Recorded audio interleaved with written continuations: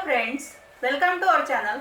Friends, आज हम देखेंगे दाखिल खारिज किसे कहते हैं, mutation of property in Hindi.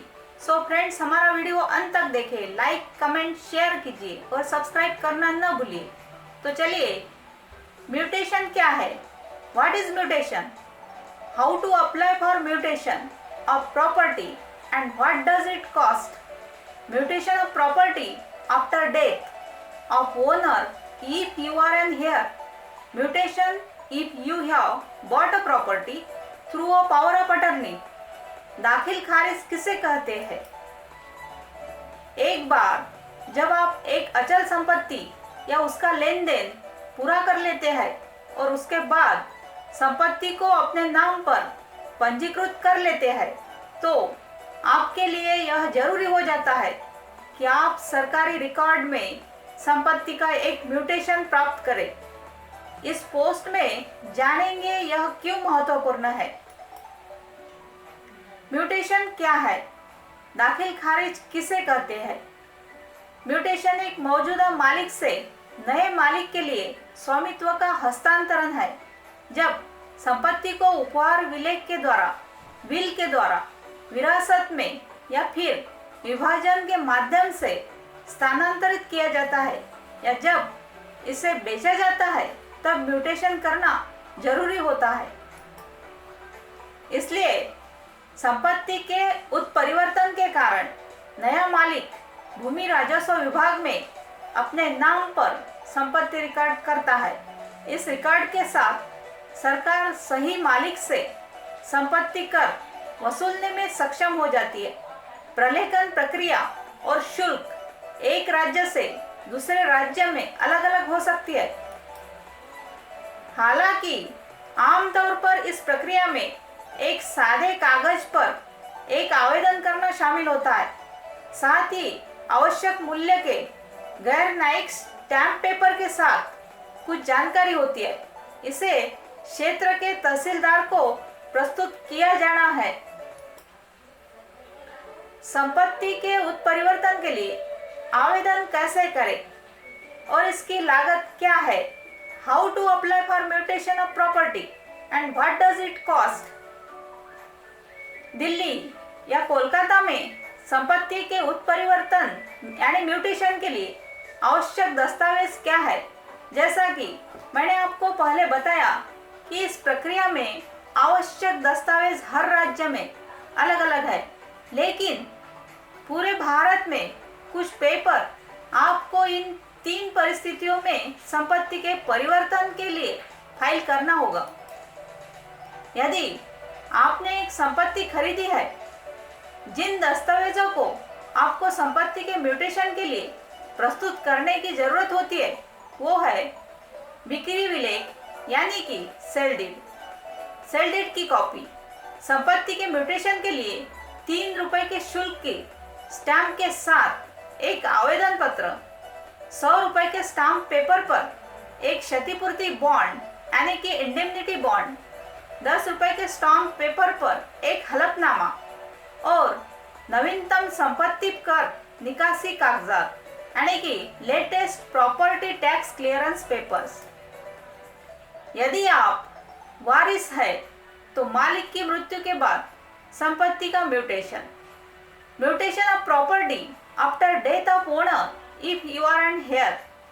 ऐसे मामलों में संपत्ति के म्यूटेशन के लिए आवेदकों को मृत्यु प्रमाण पत्र प्रस्तुत करना होगा। वसीयत की एक कॉपी, 100 रुपए के स्टाम्प पेपर पर एक क्षतिपूर्ति बॉन्ड यानी इंडेमनिटी बॉन्ड, 10 रुपए के स्टाम्प पेपर पर एक हलफनामा, कोर्ट फीस के तौर पर 3 रुपए के शुल्क के स्टाम्प के साथ नवीनतम संपत्ति कर निकासी कागजात। यदि आपने पावर ऑफ अटर्नी के माध्यम से एक संपत्ति खरीदी है, if you have bought a property through a power of attorney, ऐसे मामले में संपत्ति के उत्परिवर्तन के लिए आपको पावर ऑफ अटर्नी पेपर की एक कॉपी जमा करनी होगी। 100 रुपए के स्टाम्प पेपर पर एक क्षतिपूर्ति बॉन्ड, 10 रुपए के स्टाम्प पेपर पर एक हलफनामा, कोर्ट फीस के तौर पर 3 रुपए के शुल्क की स्टाम्प के साथ नवीनतम संपत्ति कर निकासी कागजात यानी कि latest property tax clearance property. आवश्यक दस्तावेजों के साथ आवेदन जमा करने के बाद एक उद्घोषणा जारी की जाती है जो आपत्तियों के लिए पूछती है। यदि कोई हो तो कर सकता है।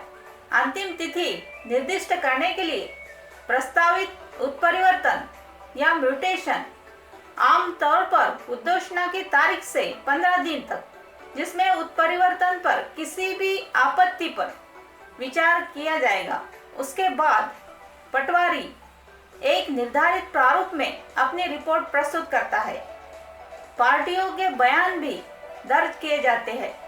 दस्तावेज रिकॉर्ड किए गए बयानों से मेल करते हैं या नहीं देखे जाते हैं। यदि प्रस्तावित उत्परिवर्तन यानी कि म्यूटेशन के खिलाफ कोई आपत्ति प्राप्त नहीं होती है तो इसे मंजूरी दे दी जाती है। संपत्ति बेचते समय म्यूटेशन प्रमाण पत्र एक होना जरूरी होता है, इसलिए म्यूटेशन प्रमाण पत्र नहीं होने से संपत्ति बेचना भी खतरे में पड़ सकती है। स्वामित्व साबित करने के या प्रॉपर्टी के मालिकाना हक के लिए म्यूटेशन प्रमाण पत्र बेहद महत्वपूर्ण है और यह कर रिकॉर्ड के रूप में भी कार्य करता है, यानी कि आप उस प्रॉपर्टी का टैक्स भी भर सकते हैं। प्रॉपर्टी म्यूटेशन की फीस हर राज्य में अलग अलग है, मगर यह बहुत महंगा नहीं है। इसके अलावा म्यूटेशन प्रमाण पत्र यह सुनिश्चित करता है कि संपत्ति रिकॉर्ड वैध है।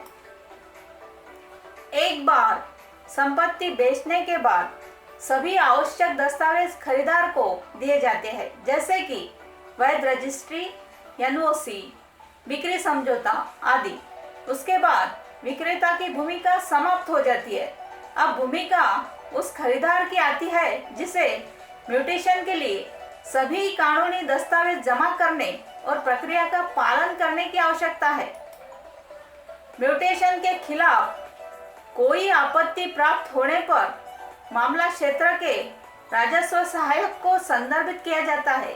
यदि आपकी शिकायत का कोई हल नहीं किया जाता है तो आप उक्त आदेश के 30 दिनों के भीतर अतिरिक्त कलेक्टर यानी कि द डेप्यूटी कमिश्नर कंसर्न के समक्ष अपील दायर कर सकते हैं। वो बातें जो आपको पता होनी चाहिए फॉर म्यूटेशन ऑफ प्रॉपर्टी। आप यह ध्यान दें कि एक बहुत ही कम जुर्माना लगाया जाता है, उदाहरण के लिए 25 रुपए से कम। अगर आपको संपत्ति का म्यूटेशन नहीं मिलता है तो चार्ज किया जाता है। प्रॉपर्टी म्यूटेशन को आप अपनी सुविधा के अवसर कर सकते हैं।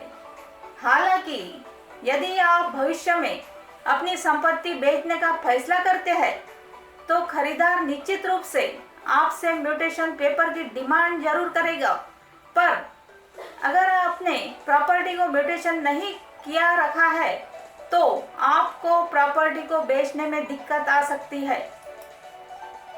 हालांकि यह कानूनी रूप से बाध्यकारी नहीं है, पर संपत्ति का म्यूटेशन बहुत महत्वपूर्ण है क्योंकि यह स्वामित्व के प्रमाण को दर्शाता है और कर रिकॉर्ड को भी दिखाता है।